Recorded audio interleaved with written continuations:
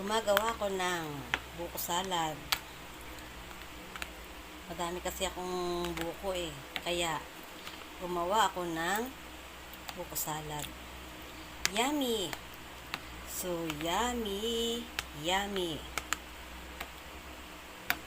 Mainit kasi ang panahon ngayon. Kapag malamig na yung buko salad, ay katakam-takam ka talaga sa buko salad.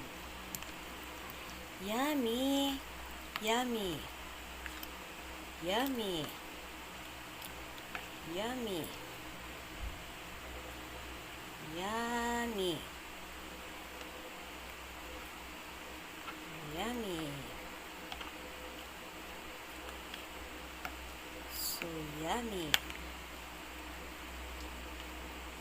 Yummy!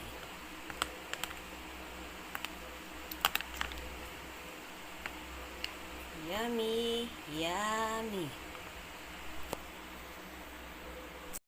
Yummy! Ilalagyan ko ng cheese. Yummy! Yummy! Yummy! Sobrang init ng panahon ngayon. Kaya talagang lagi tayong may ginagawang buko salad. Dahil malamig kasi. At nagyeyelo ang buko salad. Yummy! Yummy! Yummy! Yummy!